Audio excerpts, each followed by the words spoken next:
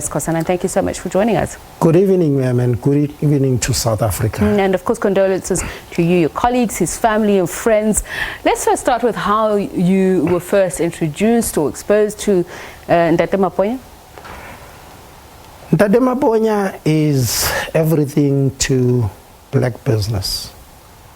1964, Dr. Maponya, together with his colleagues, organized black business throughout the country to launch what is called today the National African Federated Chamber of Commerce. Dr. Maponya, since then, black business, particularly the retail division, grew up stronger and stronger. And that is why in every township you found a corner shop, a retailer and a general dealer. It is actually the spirit of Dr. Richard Maponya that he engendered. And how did you first meet him? When were you exposed to him? I mean, he was a legend that many never got to see or meet, but you had an experience. When I first met Dr. Maponya, it was the time there was a little bit of a crisis within the organization. The organization was growing too big. We had too many retailers, and at the time there were other business sectors like the construction, the transport and so on were also growing into the space. He was very passionate about retail business, and he tried everything. He encouraged that there should be shops everywhere. He tried anything. One of the major businesses that he tried, he became the first black agent of BMW that he owned here. And he started also, together with his colleagues, what was called the black chain then. The thinking was that black people should also have chain stores and malls. So he's been dreaming malls all the time. When he opened the Maponya Mall, we all said, I think this is dream accomplished. But unfortunately, we have only one Maponya and only one Maponya Mall.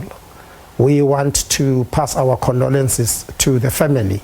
And we want to say to the South Africans, can we imitate his legacy? So let's talk about imitating his legacy. Now I want to talk about the legacy that is Nafcoc, but I think it's only fair to also acknowledge the fact that Mr. and Mrs. Maponya began the dream with the Dubai Hygienic Dairy together. So they started growing the business together, and that was certainly a part of inspiration. We see former President Nelson Mandela there, who's actually a cousin of Mrs. Maponya. So the legacy goes really deep in terms of transformation. I want to talk about some of the challenges that Nafcoc experienced. I think it was 1975 when it was founded, but talk to us about how he was able to circumvent that along with the other founders. At the time, you must remember that in South Africa it has almost been illegal for any black man to start any trade. So he battled like all other black business people. But because of his tenacity, he continued. History tells us that he bought the property where he built Maponya Malls about 20 years ago, and it took him 20 years. After leasing it for a very long time. Yes, to build this dream. What we have learned from Dr. Maponya is that he's been a very ethical businessman. I can call it in today's language a very clean businessman. Business in South Africa nowadays is synonymous to corruption. And he's clean. None of those things. Is that why, for instance, let's look at African Bank. We know that he was the original founder of that, but then it later had to be sold to Leon Kirkenes in 1999, and that was due to funding challenges. Was it because he also wore his colors, or he nailed his colors to the mast when it came to his political colors? He was never shy about it. He was never shy about speaking about some of the challenges. Well, to answer this, the last discussion we had about that with Dr. Maponya, it was in 2011, and he uttered this statement. And he said one of the problems of black business is that they haven't made enough money to become independent. As a result, they tend to lick other people's backs and try to be beggars. He was very anti being a beggar.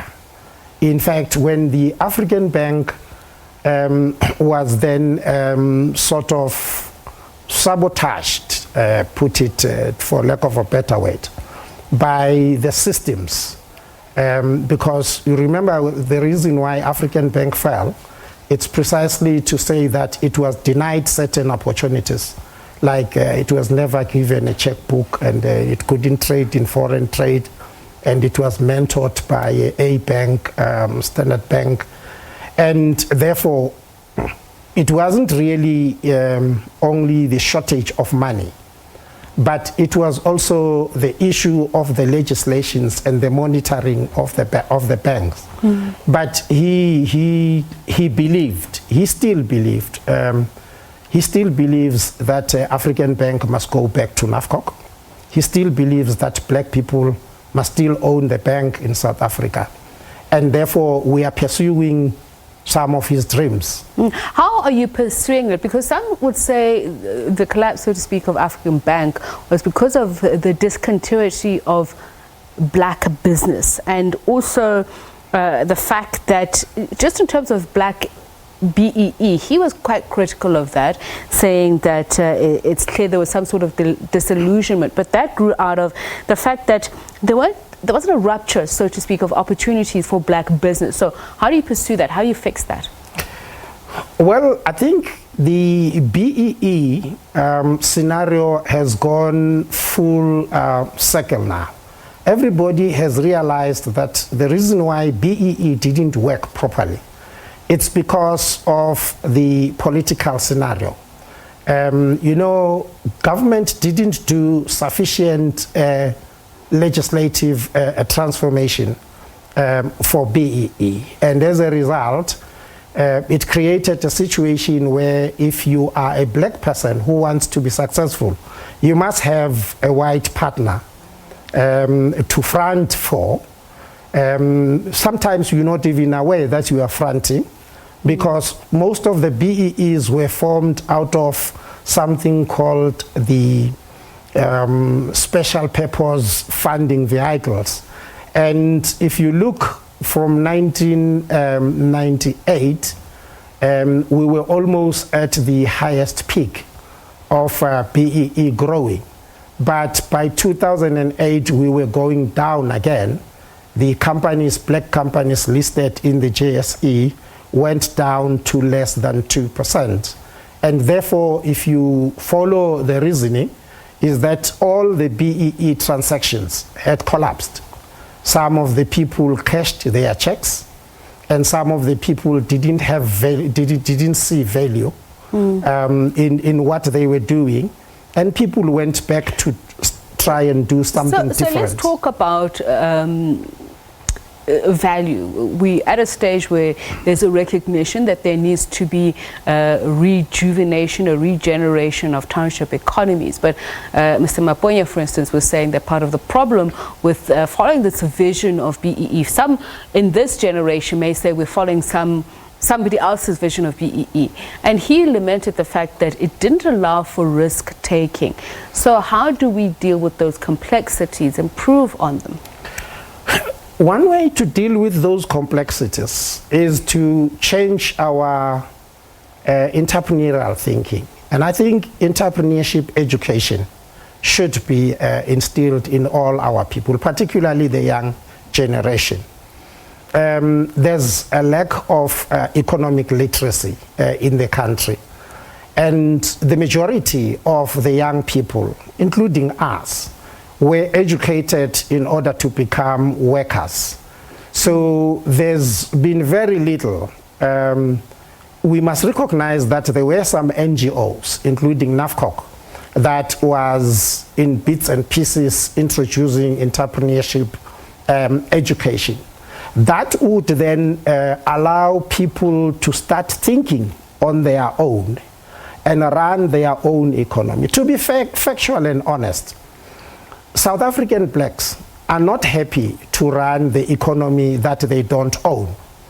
And therefore, until we change the pendulum and make sure that these people own something. And I want to talk about changing the pendulum. Looking at him, he seemed to be the exception in Dr. Maponya, not the rule. And others would say township economies were not designed to be viable. So there's a very important change that needs to be made in changing the pendulum. What would you say from his vision, what he showed us, what he said, is that? What I would say, what he showed us, is that we must never give up. And if there's a system that is stopping us from doing that, we must continue to fight that system. But also, we must be very professional and ethical in doing business. Dr. Maponya was not a person who was very arrogant. He was a boardroom negotiator. But very silently, he would undermine certain things that do not necessarily help this vision. Okay. Now, as South Africans, we need to do that. We need to change this economy, but we must undermine certain stringent conditions. All right, thank you very much for coming to speak to us. Steve Skhosana is Nafcoc's General Secretary.